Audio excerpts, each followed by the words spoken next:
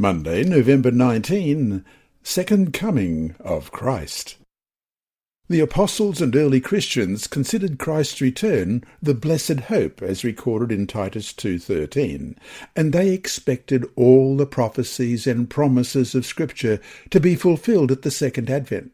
Seventh-day Adventists still hold firmly to this conviction. In fact, our name Adventist states it unequivocally. All who love Christ look forward with anticipation to the day they will be able to share face-to-face fellowship with him. Until that day, the promise of the second coming of Christ exerts a unifying influence on us as God's people. Question: what do the following passages teach about the manner of Christ's return? How does this differ from some of the popular notions of Christ's return?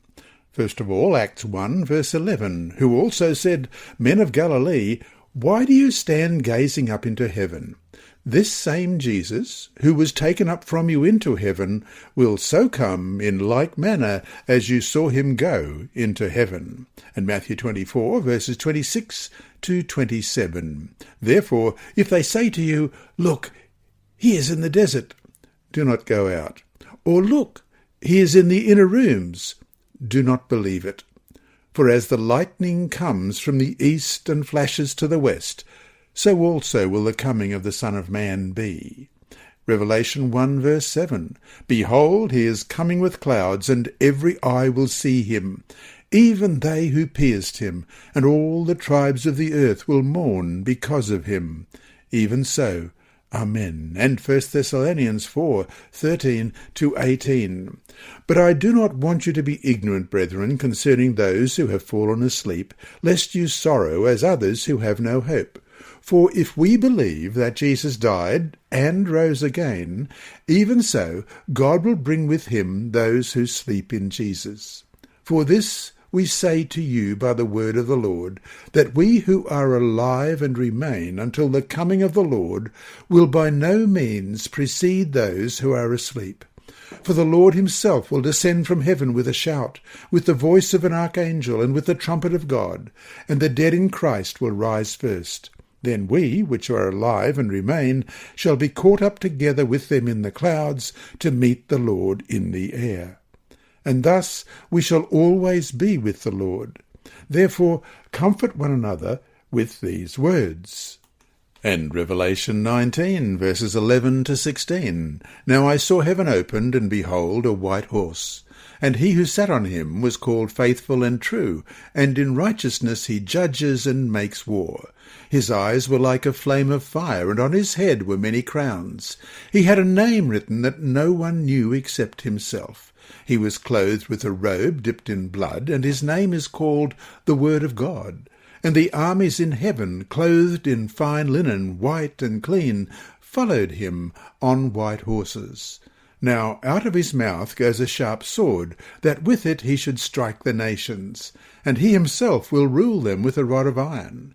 He himself treads the winepress of the fierceness and wrath of Almighty God.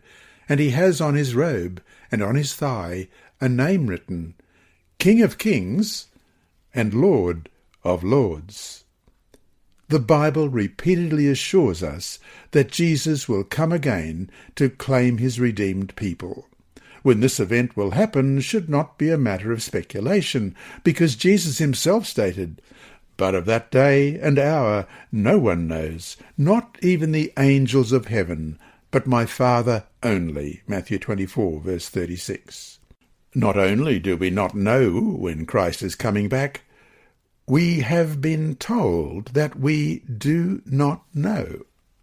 At the end of his ministry, Jesus told the parable of the 10 virgins in Matthew 25, 1 to 13, in order to illustrate the experience of the church as it awaits his second coming.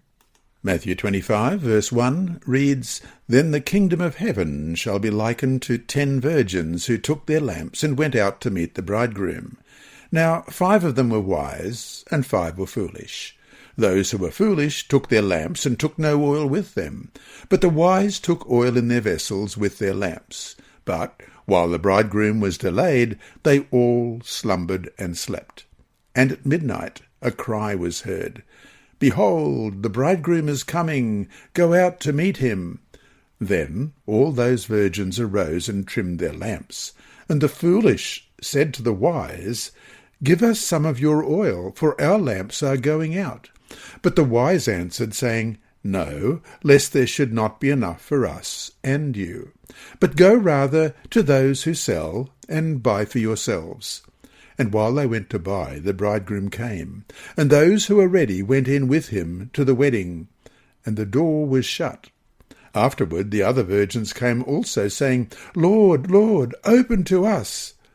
But he answered and said, "Assuredly I say to you, I do not know you. Watch therefore, for you know neither the day nor the hour in which the Son of Man is coming." The two groups of virgins represent two types of believers who profess to be waiting for Jesus. Superficially, these two groups appear to be alike, but when the delay of Jesus' coming occurs, the real difference between them becomes obvious. One group, in spite of the delay, had kept its hope alive and had made the adequate spiritual preparation. By this parable, Jesus wished to teach his disciples that the Christian experience is to be based not on emotional excitement or enthusiasm, but on a continuous reliance on the grace of God and perseverance in faith, even when there is no tangible evidence of the fulfillment of God's promises. Jesus invites us still today to watch and be ready at any time for his appearing. And so to finish today, though our very name Seventh-day Adventist testifies to how crucial the second coming is to us, how can we, on a personal level, keep the reality of the second coming before us? How can we, as the years go by, not make the mistake that Jesus warned about in the parable of the 10 virgins?